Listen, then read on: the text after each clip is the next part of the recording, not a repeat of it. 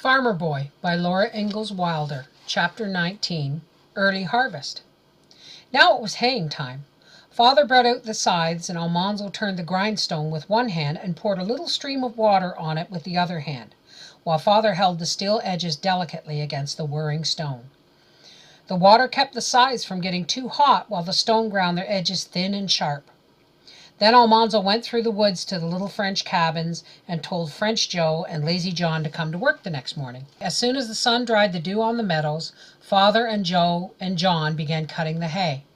They walked side by side, swinging their scythes into the tall grass, and plumed Timothy fell in great swaths.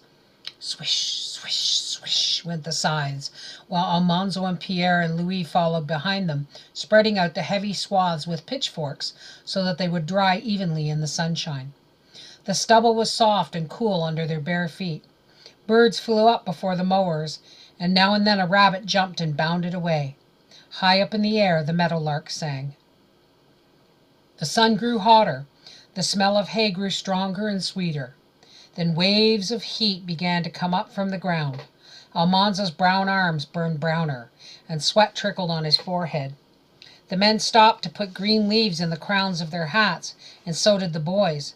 For a little while the leaves were cool on the top of their heads. In the middle of the morning, Mother blew the tin dinner horn. Almanzo knew what that meant. He stuck his pitchfork in the ground and went running and skipping down across the meadows to the house. Mother met him on the back porch with the milk pail brimming full of cold eggnog. The eggnog was made of milk and cream with plenty of eggs and sugar. Its foamy top was freckled with spices, and pieces of ice floated in it.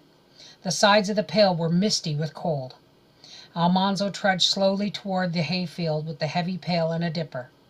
He thought to himself that the pail was too full. He might spill some of the eggnog. Mother said waste was sinful. He was sure it would be sinful to waste a drop of that eggnog. He should do something to save it. So he set down the pail, and he dipped the dipper full, and he drank. The cold eggnog slid smoothly down his throat, and it made him cool inside. When he reached the hayfield, everyone stopped work. They stood in the shade of an oak and pushed back their hats and passed the dipper from hand to hand till the eggnog was all gone. Almanzo drank his full share. The breeze seemed cool now. Lazy John said, wiping the foam from his mustache, "Ah, that puts a heart into a man." Now the men whetted their scythes, making the whetstones ring gaily on the steel blades. And they went back to work with a will. Father always maintained that a man would do more work in 12 hours if he had a rest and all the eggnog he could drink morning and afternoon. They all worked in the hayfield as long as there was light enough to see what they were doing, and the chores were done by lantern light.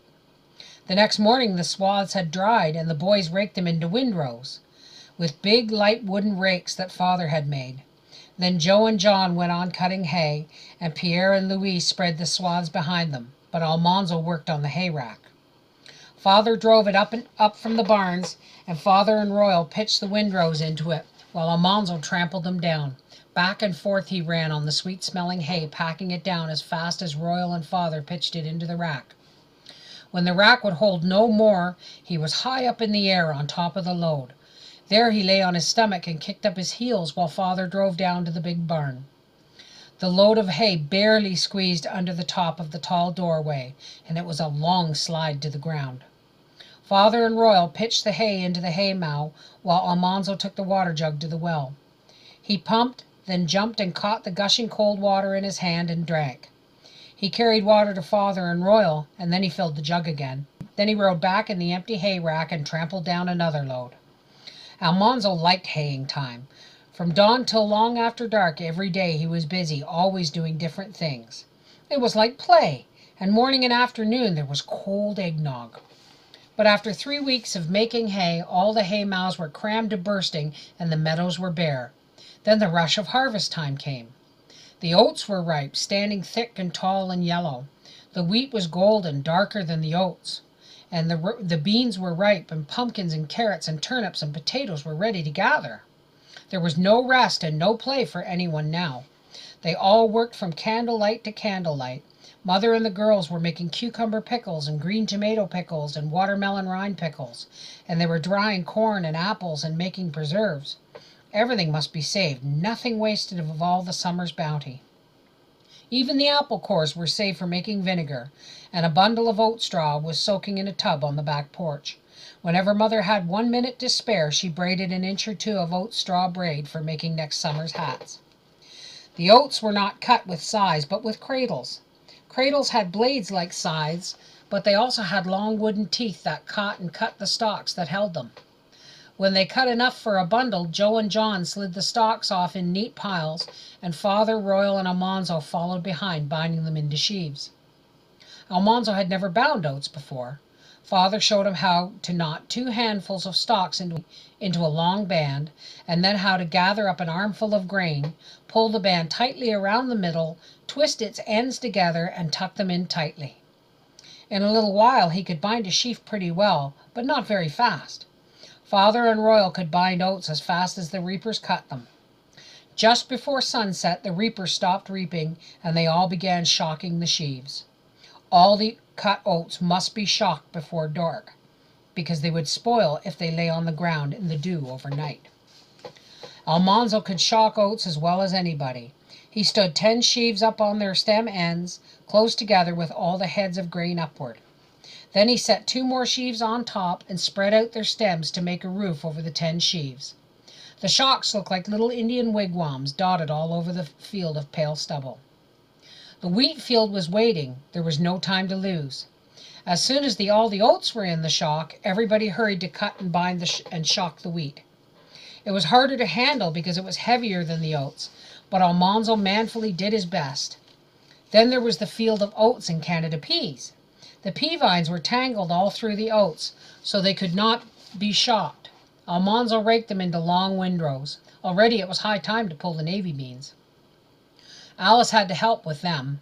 Father hauled the bean stakes to the field and set them up, driving them into the ground with a maul. Then Father and Royal hauled the shocked grain to the barns while Almanzo and Alice pulled the beans. First they laid all the rocks around the bean stakes to keep the beans off the ground. Then they pulled up the beans. With both hands they pulled till their hands could hold no more.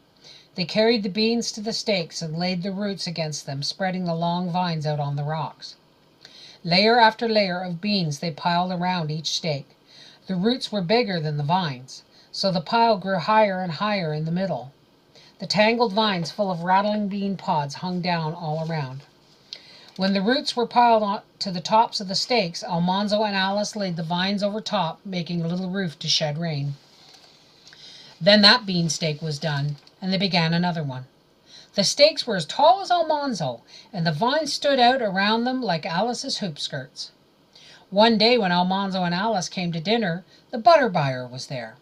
He came every year from New York City. He wore fine city clothes with a gold watch and chain, and he drove a good team. Everybody liked the butter buyer, and dinner time was exciting when he was there. He brought all the news of politics and fashions and prices in New York City. After dinner, Almanzo went back to work, but Alice stayed to watch Mother sell butter. The butter buyer went down the cellar where the butter tubs stood covered with clean white cloths.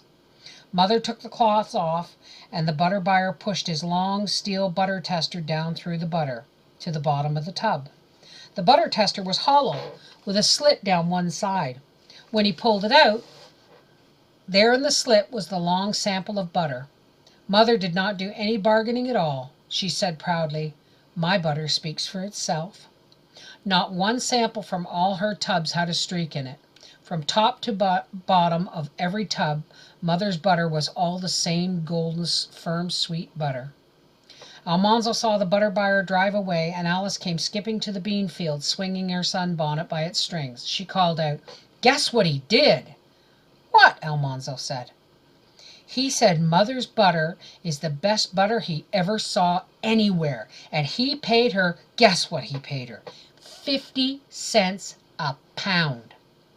Almanzo was amazed. He had never heard of such a price for butter. "She had 500 pounds, Alice said. That's $250. He paid her all that money, and she's hitching up right now to take it to the bank." In a little while Mother drove away in her second-best bonnet and her black bombazine. She was going to town in the afternoon on a weekday in harvest time. She had never done such a thing before. But Father was busy in the fields, and she would not keep all that money in the house overnight. Almanzo was proud. His mother was probably the best butter maker in the whole of New York State. People in New York City would eat it and say to one another how good it was, and wonder who made it.